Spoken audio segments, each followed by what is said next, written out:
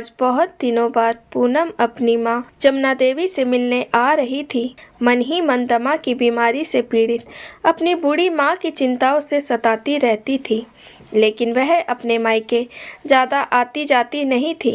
वजह थी उसकी भाभी का रूखा व्यवहार।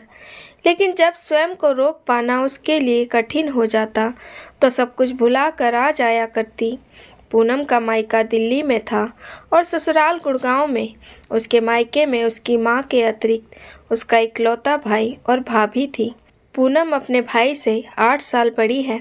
उसका एक बेटा है जिसकी उम्र 16 साल है और वही विवाह के 5 साल बीत जाने पर भी उसके भाई और भाभी की कोई औलाद नहीं थी। जैसे ही पूनम ने घर में प्रवेश किया तो चारों तरफ सन्नाटा पसरा हुआ था। उसकी भाभी काजल बाहर निकल कर आई और उसे देखते ही मुंह बना लिया। फिर फीकी हंसी के साथ नमस्ते राम राम की औपचारिकता पूरी की। फिर पूनम बोली, भाभी माँ कहाँ है? दीदी माँ जी तो अपने कमरे में सोई है। कहते हुए काजल रसोई घर में चली गई। सूरज सर पर चढ़ चुका था। पूनम हैरान हो चुकी थी कि हमेशा जल्दी उठने वाली मेरी माँ अब तक सो रही है। अपनी माँ के कमरे में आते ही पूनम बोली, माँ ठीक हो ना? ऐसा कहते हुए पूनम ने अपनी माँ की ओर देखा। माँ के चेहरे पर केवल झुर्रियों का जाल बिछा हुआ था और हड्डियाँ चमड़ी से बाहर निकलने को आतुर थी। माँ का शरीर बिल्कुल बेजान हो गया था। कुछ वर्ष पहले तक तो माँ बुढ़ापे में भी दुरुस्त थी।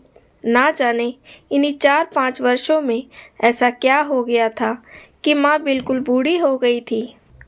तभी जमुना देवी बेटी को देखते ही अपने पोपली चेहरे पर हल्की मुस्कान बिखेरते हुए बोली, हाँ बेटी ठीक हूँ। तू सफ़र से थक गई होगी। कुछ चाय नाश्ता लिया या नहीं? जमुना देवी कांपते स्वर में बोली तो पूनम ने अपनी लेटी हुई माँ के माथे पर हाथ रखा। फिर नाड़ी की गति देखी। सब कुछ सामान्य था। क्या हुआ? डॉक्टर की तरह मुझे जांच क्यों रही हो? कहते हुए जमुना देवी ने मुस्कुराने का असफल प्रयास किया। तभी पूनम अपनी माँ को देखते हुए बोली, माँ आपकी तबीयत कुछ ठीक नहीं लग रही। क्या बात है? बुढ़ापा है बेटा, अब इस उम्र में तो ये सब लगा ही रहता है। बेटी को आया देखकर जमुना देवी जैसे ही उठने लगी तो पूनम उन्हें बाजू से पकड़कर उठने में मदद करने लगी। लेकिन जैसे ही उसने अपनी माँ को हाथ लगाया उसी समय जमुना देवी के मुंह से एक चीख निकली और वह दर्द से कराहने लगी। पूनम ये देखकर हैरान थी कि हाथ लगाने भर से ही उसकी माँ को दर्द कैसे हो सकता था। माँ के विरोध के बावजूद कारण जानने की इच्छा से उसने तुरंत अपनी माँ की बाजू से शॉल हटाई और गौर से देखा तो उसकी हैरानी का ठिकाना न था। पूरी बाजू पर नीले काले निशान पड़े हुए थे। ये कैसे हुआ? पूनम ने चौंकते हुए कहा। तभी जमुना देवी ने दरवाजे की तरफ चोर निगाह से देखा। इससे पहले कि जमुना जी कुछ बोलती, दरवाजे से ही काजल चाय और बिस्किट लेकर कमरे में आई और जल्दी से बोली, कुछ नहीं दीदी, चलते चलते संतुलन बिगड़ गया था, इसीलिए गिर गई थी।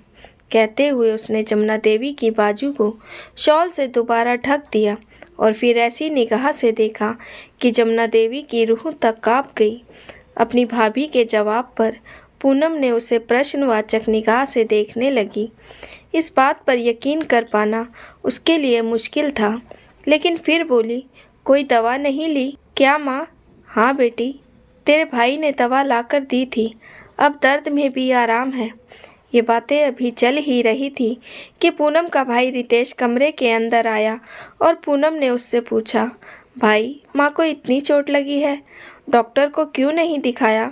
इससे पहले कि उसका भाई रितेश कुछ बोलता, इस बात का जवाब भी काजल ने दे दिया और बोली, दीदी हम लोगों के पास इतना पैसा नहीं है कि छोटी मोटी चोट के लिए माँ जी को डॉक्टर के पास लेकर जाते रहें। नोटों की बोरियां तो आपके ससुराल में भरी पड़ी हैं, मायके में नहीं। हमें अपने घर का खर्च भी देखना होता है और ऊपर से आए दिन कोई ना कोई मेहमान भी आया रहता है। आप लोगों का क्या है?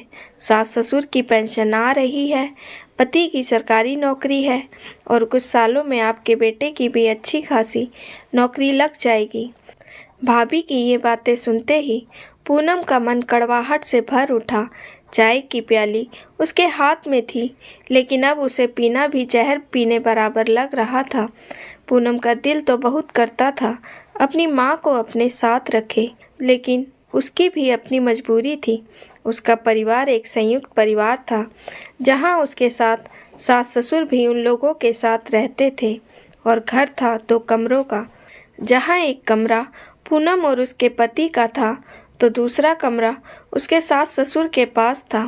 बेटे को पढ़ाई करने के लिए भी हॉल में बैठना पड़ता था, और गुड़गांव जैसे शहर में बड़ा सा मकान लेना कोई खाला जी का घर तो था नहीं।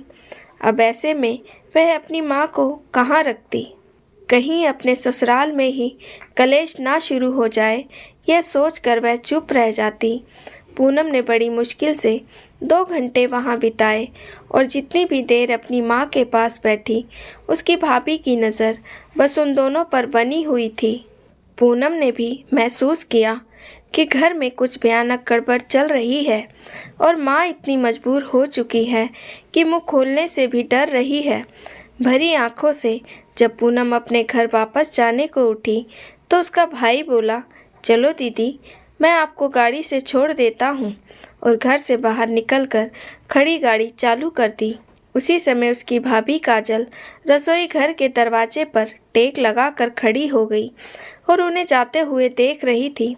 जैसे ही पूनम दरवाजे तक पहुंची, तभी पीछे से उसकी भाभी के भुनभुनाने की आवाज़ आई, मेहमान हैं तो मेहमान ही बनकर रहें, हमारे घर में ज़्यादा दखल देने की ज़रूरत नहीं है। अपमान का कड़वा घूंट आंखों में लिए वह घर से बाहर निकल आई। दिल्ली से गुड़गांव के सफ़र में दोनों भाई बहन कुछ समय तक तो बिल्कुल चुप रहे। फिर कुछ झिझक कर पूनम बोली, भाई एक बात पूछूं, जब माँ को चोट आई थी तो तुम घर पर ही थे क्या? रितेश बोला, नहीं दीदी, मैं घर पर नहीं था। लेकिन आपने ऐसा क्यों पूछा? भाई मुझे नहीं लगता कि माँ को वह चोट गिरने से लगी है। लेकिन दीदी, मैंने माँ से पूछा था कि आखिर हुआ क्या था, लेकिन माँ ने केवल इतना ही कहा कि वह गिर गई थी, इस कारण चोट लगी है। लेकिन मुझे शक है कि बात कुछ और ही है, और माँ किसी डर से कारण बताने से घबरा रही है। तुम्हारी पत्नी के व्यवहार से तो सब भली भांति परिचित हैं। पूनम की बात सुनकर रितेश चेहरा बिगाड़ते हुए बोला, दीदी अब आप बात का पतंगड़ मत बनाइए, पहले ही बड़ी मुश्किल से ज़िंदगी पटरी पर आई है। सास बहू के झगड़े के कारण मैंने बहुत कुछ झेला है। आपको सब कुछ मालूम तो है कि काजल ने छोटी सी बात पर दहेज का ऐसा झूठा केस बनवाया था कि हम लोगों को हवालात की सैर भी करवा दी। क्या कुछ नहीं झेला मैंने पिछले कुछ वर्षों में। उन सब बातों को याद करके मैं आज भी काँप उठता हूँ। लेकिन दीदी, अब मैं चैन से जीना चाहता हूँ। भाई की बात सुनकर पूनम ने उसे कुछ ना कहना ही मुनासिब समझा, लेकिन मन ही मन बहुत से विचार चल रहे थे। उधर अपने पति और नंद के घर से बाहर निकलते ही काजल अपनी सास के कमरे में गई और जमुना देवी को बाजू से पकड़कर जोर से झकझोर दिया। चोट के कारण जमुना देवी के मुंह से जोर की चीख निकली। तभी काजल रोबदार आवाज़ में बोली, क्यों महारानी, मेरी शिकायत अपनी बेटी से करोगी? काजल की कड़कती आवाज़ सुनते ही जमुना देवी की रूह कांप उठी। तभी आंखें बड़ी करते हुए काजल बोली, एक बात कान खोल कर सुन लो, अगर घर की बात बाहर निकली तो अपने पापा से कहकर दहेज के केस में तुझे और तेरे परिवार को ऐसा फंसाऊंगी कि नानी याद आ जाएगी। नहीं बहू, मैंने तो किसी को कुछ नहीं बताया। जमुना देवी डरी आवाज़ में बोली, हाँ और बताना भी मत, नहीं तो। काजल ने चेतावनी दी और फिर बोली, यह क्या आराम करने का समय है तुम्हारे? घर की साफ सफाई, झाड़ू पोछा और बर्तन पड़े हैं, ये सब कौन करेगा? अब बीमारी का ढोंग करना बंद करो और जल्दी से आ जाओ। जमुना देवी डरी हुई नज़रों से अपनी बहू की तरफ देखने लगी। तभी काजल बोली, आती हो या फिर डंडे से तुम्हारी सेवा करूं? नहीं नहीं, मैं आती हूँ बहू, जमुना देवी तपाक से बोली और हिम्मत ना होते हुए भी जल्दी जल्दी उठ खड़ी हुई और सारा काम करने लगी। दरअसल रितेश और काजल का प्रेम विवाह हुआ था। दोनों एक ही कॉलेज में पढ़ा करते थे और कुछ ही मुलाकातों में दोनों ने तय कर लिया था कि वे दोनों शादी करेंगे, तो केवल एक दूसरे से ही। जमुना देवी ने कुछ लोगों से जानकारी निकाली तो पता चला कि काजल और उसके परिवार वाले अच्छे लोग नहीं हैं। बहुत से लोगों ने घर में रिश्ता ना करने की सलाह भी दी, परंतु परिवार वालों द्वारा भरपूर विरोध किए जाने पर भी रितेश नहीं माना। उधर काजल ने भी जिद ठान ली कि वह शादी करेगी तो केवल रितेश से। आखिरकार परिवार वालों को उनकी जिद के आगे झुकना ही पड़ा। काजल इस घर में बहू बनकर आ गई। रितेश चाहता था कि उसकी शादी के बाद उसकी माँ को पूरा आराम मिले और उसकी पत्नी घर का सारा काम संभाले, लेकिन काजल को ना तो घर के काम करना पसंद था और ना ही घर में रहना। कुछ समय तक तो वह संस्कारी और आदर्श बहू होने का दिखावा करती रही, लेकिन धीरे धीरे उसने अपना रंग दिखाना शुरू कर दिया। अब तो आए दिन पार्टियों में जाना, फिजूल खर्च करना उसकी आदत बन गई थी। अक्सर रितेश के काम पर जाने के बाद वह घूमने फिरने निकल जाती थी और शाम तक ही घर वापस लौट कर आती थी, और जब भी घर पर रहती थी तब भी कोई जिम्मेदारी नहीं संभालती थी। जमुना देवी जब इस बात के लिए अपनी बहू को समझाने की कोशिश करती तो काजल उल्टा उन पर ही बरस पड़ती, और जब उन्होंने अपने बेटे को बहू की शिकायत की तो उन दोनों में ऐसा झगड़ा हुआ कि क्रोध की अधिकता में रितेश ने अपनी पत्नी के मुंह पर 2-4 तमाचे जड़ दिए। फिर तो घर में जैसे महाभारत ही छिड़ गई और बात यहाँ तक पहुँच गई कि रितेश और उसकी माँ को सबक सिखाने के लिए काजल ने अपने पिता से कहकर झूठा केस तक करवा दिया। काजल के पिता पुलिस में थे। बस फिर क्या था, दहेज की मांग, घरेलू हिंसा और मारपीट के अंतर्गत माँ और बेटे को ऐसी ऐसी धाराओं में लपेटा गया जिसमें उन्हें पुलिस रिमांड में भी लिया गया था। ढेरों पैसा खर्च करने के बाद भी कुछ हल नहीं निकला तो आपसी रजामंदी से ही मामला संभालना पड़ा, और उसके बाद तो काजल का घर में एक छत्र राज हो गया और जमुना देवी के मन में अपनी बहू के प्रति ऐसा डर बैठ गया कि उसके किए गए अत्याचारों का भी वह कोई जवाब ना दे पाती थी और ना ही किसी से शिकायत करती थी। अपनी बहन पूनम को उसके घर छोड़ने के बाद जब रितेश शाम को घर पहुंच गया तो काजल उस समय घर पर नहीं थी। उसने सोचा शायद बाजार गई है।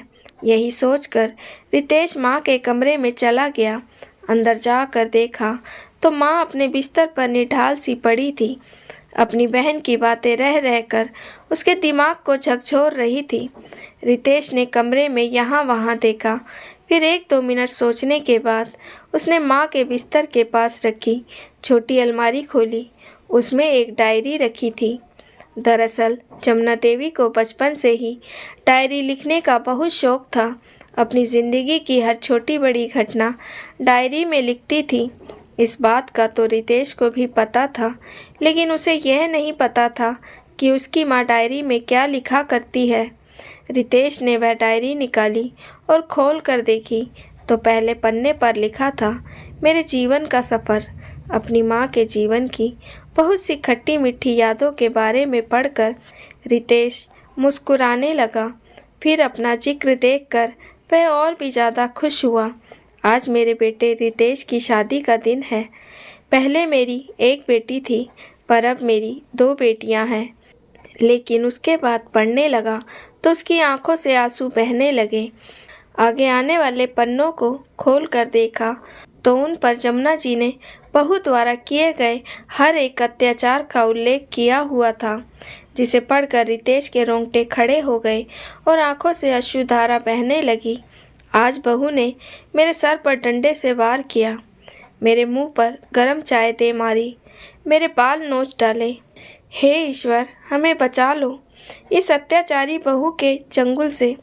रितेश ये सब पढ़कर हैरान रह गया और अपने कमरे में आकर डायरी को सीने से लगाकर बहुत रोया। उसके बेचैन दिल को किसी भी तरह से चैन नहीं मिल पा रहा था। जिस माँ से वह इतना प्यार करता था, उसी माँ ने उसके कारण इतना अत्याचार सहा है, ये सोच सोच कर ही उसके रोंगटे खड़े हो रहे थे। उसके दिल के टुकड़े टुकड़े हो चुके थे। सोचने लगा, सुबह से लेकर रात तक मैं अपने काम में इतना व्यस्त रहता था कि मुझे मालूम ही नहीं था कि ये जालिम औरत मेरे माँ के साथ इतना बुरा व्यवहार कर रही है। तभी बाहर से गेट खोलने की आवाज़ आई। काजल के आने की आहट सुनकर उसने डायरी को छुपाया और फिर अपने आंसू साफ करके जैसे तैसे स्वयं को संयुक्त किया। उसका एक दिल तो किया कि अभी जाकर इस औरत का गला दबा दूं, लेकिन उसने समझदारी से काम लेना ही उचित समझा।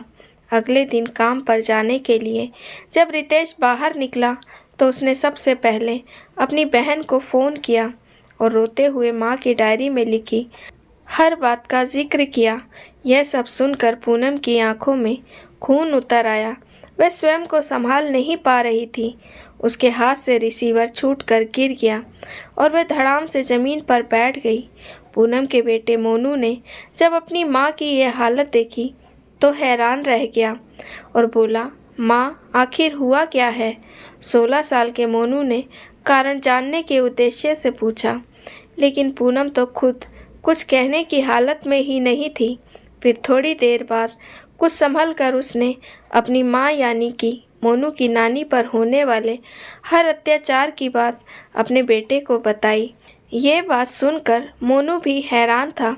फिर बोला, यार माँ, इस समस्या का हल है मेरे पास, लेकिन बेटा बिना किसी पुख्ता सबूत के कुछ किया भी नहीं जा सकता। तुम नहीं जानते, इससे पहले भी वह तुम्हारे मामा और नानी को जेल की हवा खिला चुकी है। अरे यार बस माँ, आप चिंता मत करो, सारे सबूत मिल जाएंगे। बस जैसा मैं कहता हूँ वैसा करते रहो। बेटे की बात सुनकर पूनम भी आश्वस्त हो गई और उसने अपने भाई रितेश को फ़ोन करके सारे प्लान के बारे में बताया। रितेश को अपने भांजे की बात पसंद आई और 2 दिन बाद ही पूनम अपने बेटे मोनू को लेकर पूरी तैयारी के साथ अपने मायके आ पहुंची। पूनम को फिर से वहां देखकर काजल चौंक गई। क्यों दीदी, 4 ही दिन में अपनी माँ की इतनी याद आ गई कि फिर दोबारा यहाँ आ धमकी? व्यंग्य करते हुए काजल ने पूनम को तिरछी निगाहों से देखा तो पूनम बोली, वह क्या है ना कि मोनू के पापा 2 दिन के लिए बाहर चले गए हैं और मोनू का बहुत दिल था नानी से मिलने का, तो हम चले आए। और भाभी, इस घर में हमारा इतना हक तो बनता है ना? हाँ हाँ, क्यों नहीं, फीकी मुस्कान के साथ काजल बोली और नज़रें तरेरते हुए अपने कमरे में चली गई। रात को रितेश घर लौटा तो अपनी पत्नी काजल से बोला, काजल कल मेरी ऑफिस की छुट्टी है, तो क्यों ना कल हम बाहर कहीं घूमने चलें, और वैसे भी माँ का ख्याल रखने के लिए यहाँ दीदी है। काजल को तो जैसे कोई मौका चाहिए था बाहर घूमने का। यह सुनते ही वह बहुत खुश हो गई और अगले दिन ही दोनों घर से घूमने के लिए निकल गए। पूनम और मोनू के पास केवल शाम तक का समय था। मोनू इंफॉर्मेशन टेक्नोलॉजी का एक दक्ष विद्यार्थी था। दोनों मामा मामी के जाने के तुरंत बाद अपना बैग खोला और उसमें से सामान निकालने लगा और सीसीटीवी कैमरा लगाने की तैयारी करने लगा। तभी पूनम बोली, बेटा मुझे तो बहुत डर लग रहा है। तुम्हारी माँ भी बहुत चालाक है। अगर उसे भनक भी लग गई कि यहाँ पर कैमरा लगा है तो सबसे पहले वह कैमरा तोड़ेगी और उसके बाद हमारी ज़िंदगी में वह तांडव करेगी। हमारे पूर्वज तक काँप उठेंगे। फिर मोनू बोला, अरे माँ, तुम क्यों घबराती हो?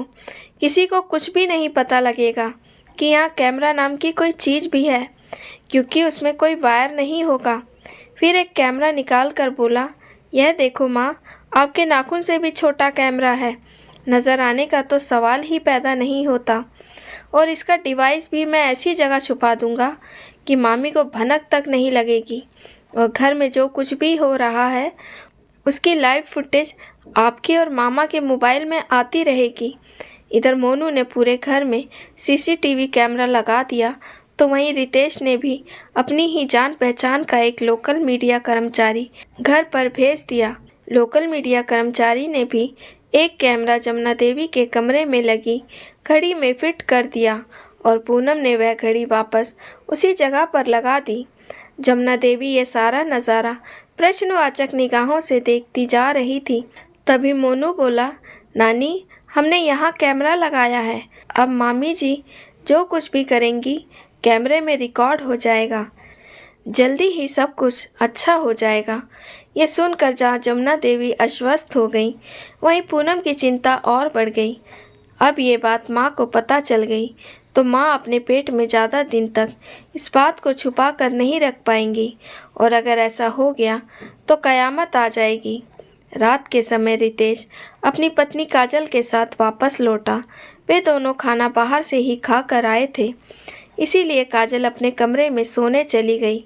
पूनम भी खाना बनाकर सबको खिला चुकी थी। आज बहुत समय बाद जमुना देवी को सुकून से खाना खाने को मिला था। फिर रितेश मोनू के पास आया और धीमी आवाज़ में बोला, काम हुआ क्या? तो मोनू ने मुस्कुराते हुए कहा, जी मामा जी, सारा काम अच्छे से हो गया है। बस आप मोबाइल में फुटेज पर नज़र बनाए रखना। जैसे ही कुछ गड़बड़ होने लगे तुरंत पुलिस को फ़ोन कर देना। अगले दिन सुबह सुबह रितेश अपनी बहन को गुड़गांव छोड़ने चला गया। वापस लौट कर आने में करीब 10 बज गए। रितेश घर लौटा तो काजल बोली, आखिर आप लोगों का यह चल क्या रहा है? हर रोज़ आपकी बहन यहाँ क्यों आटा पकती है? तो रितेश ने कहा, यह उसका मायका है और वह जब चाहे, जितने दिनों के लिए चाहे, अपने मायके में आ सकती है। ऐसा कहते हुए रितेश अपने कमरे में गया और अलमारी खोलकर कुछ ढूंढने लगा। तभी काजल भी पीछे पीछे आ गई और उस पर ऊंची आवाज़ में बोली, हाँ हाँ, क्यों नहीं, और तुम नौकरों की तरह उसकी सेवा चाकरी में लगे रहोगे। फिर रितेश परेशान होते हुए बोला, इसमें कौन सी बड़ी बात हो गई? अच्छा वह सब छोड़ो, 3-4 दिन पहले मैंने अलमारी में 1 लाख रुपए रखे थे, वह मुझे मिल नहीं रहे, क्या तुमने उठाए थे? रितेश ने पूछा तो काजल बोली, हाँ, मुझे शॉपिंग करने के लिए चाहिए थे, इसीलिए वह सारे पैसे खर्च हो गए हैं। यह सुनते ही रितेश चौंक गया। क्या 1 लाख रुपए तुमने शॉपिंग में खर्च कर दिए?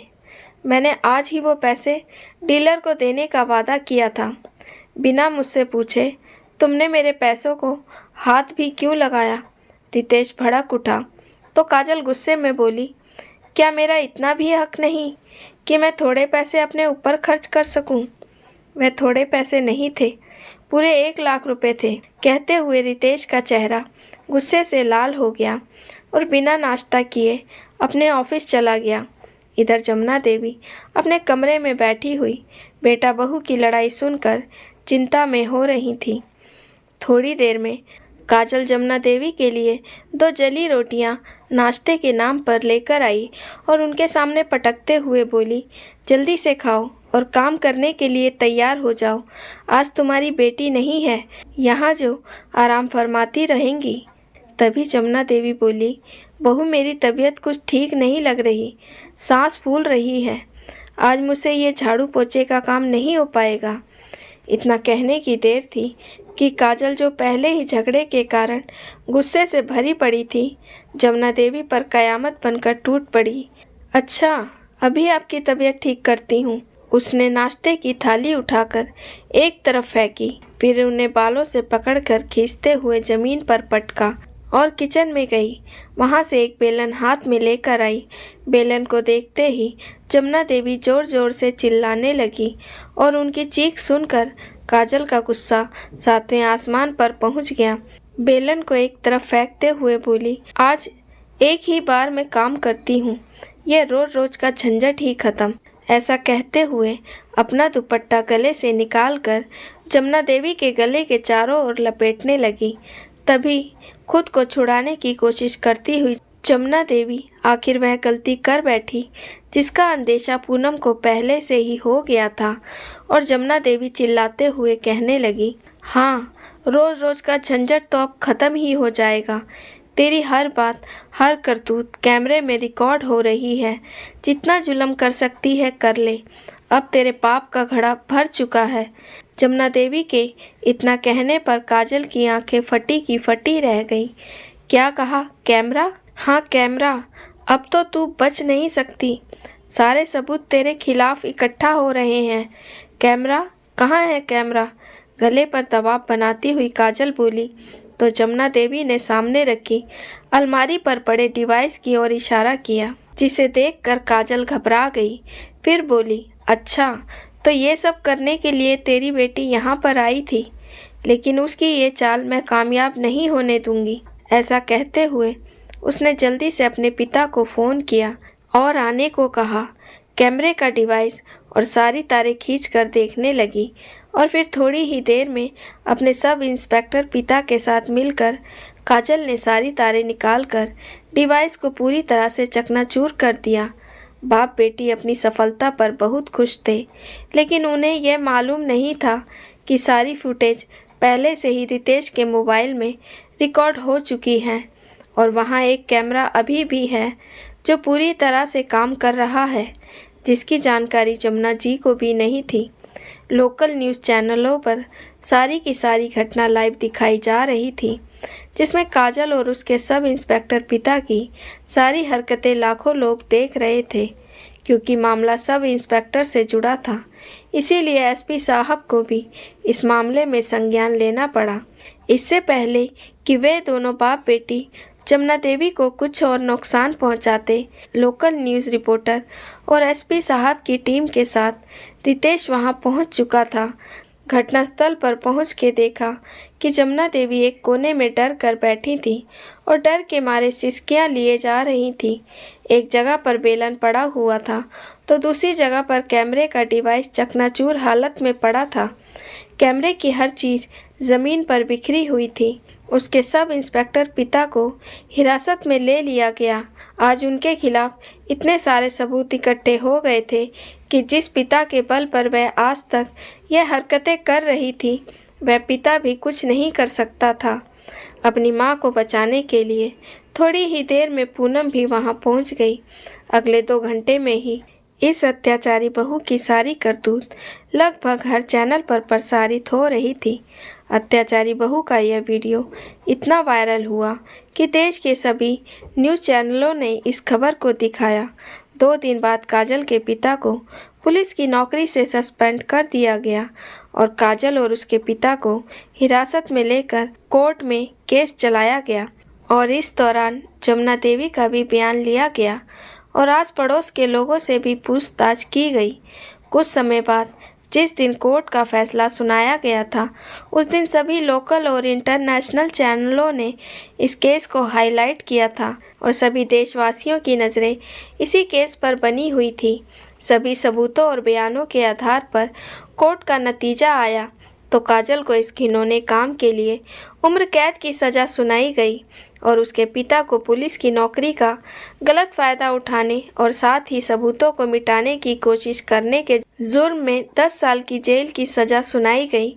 और इस फैसले के साथ ही सारी अदालत तालियों की गड़गड़ाहट से गूंज उठी। सभी देशवासियों ने कोर्ट के इस फैसले की सराहना की। आज मोनू की समझदारी से न केवल जमुना देवी को अपनी बहू के अत्याचारों से मुक्ति मिली थी, बल्कि रितेश को भी अपनी जालिम पत्नी की गुलामी से आज़ादी मिल गई थी। दोस्तों, जब किसी व्यक्ति का पाप का घड़ा भर जाता है तो उस व्यक्ति की सहायता इंसान तो क्या, भगवान भी नहीं कर सकता और गलत का साथ देने वाला भी उतना ही पाप का भागीदार बनता है जितना कि गलती करने वाला, क्योंकि उसका गलत साथ अक्सर कई ज़िंदगी को उजाड़ कर रख देता है। तो दोस्तों, आपको ये कहानी कैसी लगी? लाइक और कमेंट करके ज़रूर बताएं और चैनल को सब्सक्राइब करना बिल्कुल ना भूलें। मिलते हैं एक और नई कहानी के साथ। बहुत बहुत धन्यवाद।